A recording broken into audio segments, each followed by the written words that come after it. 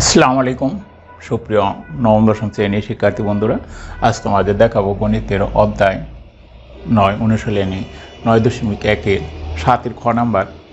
এখানে বলছে A B C সমকোণী ত্রিভুজে বি কোণ সমকোণ প্রমাণ করা যায় sec a divided by cos a minus tan a divided by cot a equal to 1। যে বইতে হুবাহুব যেটা আছে সেটা হলো এটুকু আছে sec a divided by cos a minus tan a divided by cot a equal to 1, এটা প্রমাণ করতে হবে। কিন্তু আমাদের যদি ত্রিভুজ উল্লেখ থাকে তাহলে আমরা কিভাবে করব, এবং বইতে যেভাবে আছে সেটাও আমরা পরবর্তীতে করে দেখাবো। তাহলে আমরা প্রথমে একটা চিত্র অঙ্কন করবো। মনে করি এ বি সি ত্রিভুজে বি কোণ সমকোণ। তাহলে এই অনুসারে আমরা একটা ত্রিভুজ অঙ্কন করছি এ বি সি, একটা ত্রিভুজ যার বি কোণ হলো সমকোণ। তাহলে এ কোণের সাপেক্ষে, এখানে যেহেতু এ কোণ আসছে, আমরা এই কোণের সাপেক্ষে অনুপাতগুলো নির্ণয় করব, তারপর সমাধান করব। তাহলে এখানে আমরা পিথাগোরাসের উপপাদ্য হতে পাই এ সি স্কয়ার অতিভুজের উপর বর্গ equal to A B square plus B C square, অপর দুই বাহুর উপর বর্গের সমষ্টির সমান। তাহলে আমরা এখন লিখি লেফট হ্যান্ড সাইড, যেটা প্রমাণ করতে হবে। প্রদত্ত রাশির left hand side equal two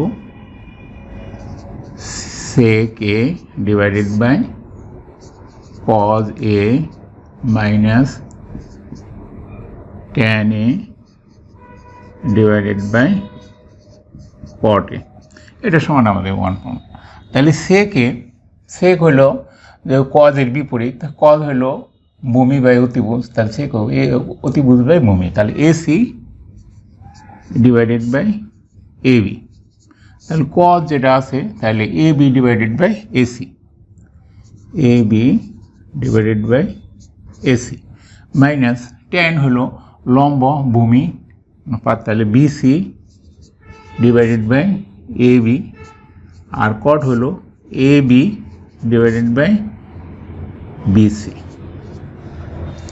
তাহলে এটাকে আমরা যদি সরল করি তাহলে এখানে ac divided by ab into ac divided by ab, যেহেতু ভাগ অবস্থায় আছে তো আমরা যদি গুণ দিলে এটা আমরা উল্টায় যাবে আর কি, নিচেরটা উপরে যাবে উপরটা নিচে যাবে, minus bc divided by ab into bc divided by ab, এটা আমরা উল্টে দিলাম একইভাবে। তাহলে এখানে আমরা লিখতে পারি ওপরে ac square divided by ab square minus bc square divided by ab square. তাহলে আমরা যদি লসাগু করি ab স্কয়ার লসাগু হলে তাহলে এখানে আমাদের থাকে ac square minus bc square. তাহলে আমরা এখানে যে পিথাগোরাসের উপপাদ্য অনুসারে পেয়েছি ac square equal to ab square plus bc square, আমরা এটা মানটা বসিয়ে দিই। তাহলে এখানে হবে ab square plus bc square minus bc square divided by ab square, যেহেতু ac square equal to ab square plus bc square, ab square plus bc square, এটা আমরা পিথাগোরাসের উপর।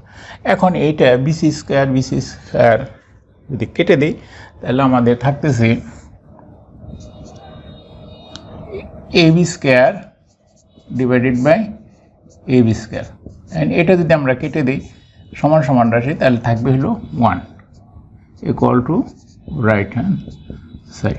সুতরাং left hand side equal to right hand side proved. তাহলে আমাদের এইভাবে যদি থাকে তাহলে আমরা এইভাবে সমস্যার সমাধান করব। আর যদি বইয়েরটায় থাকে তাহলে আমরা যেটা করব, এখানে আমরা সরাসরি লেফট হ্যান্ড সাইড লিখি sec a divided by cos a minus tan a divided by cot a।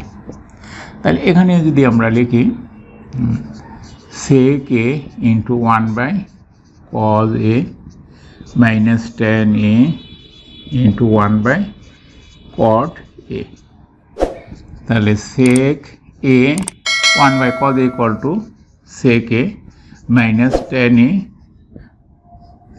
R 1/cot a equal to 10 তাহলে এখানে আমরা লিখতে পারি sec square a minus tan square a। তাহলে sec স্কয়ার আমরা একটা সূত্র জানি 1 plus tan square a minus tan square a, যেহেতু sec square a equal to 1 plus tan square a, এটা হলো আমাদের একটা সূত্র।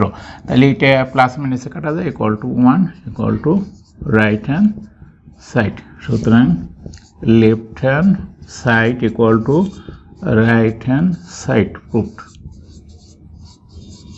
তাহলে আমরা দুইভাবেই করলাম। যদি বইয়ের মতো আসে তাহলে সরাসরি আমরা এইভাবে করে দেবেন, আর যদি এরকম ত্রিভুজ উল্লেখ করে আসে তাহলে আবার ত্রিভুজের সাপেক্ষে আমরা এটা প্রমাণ করব।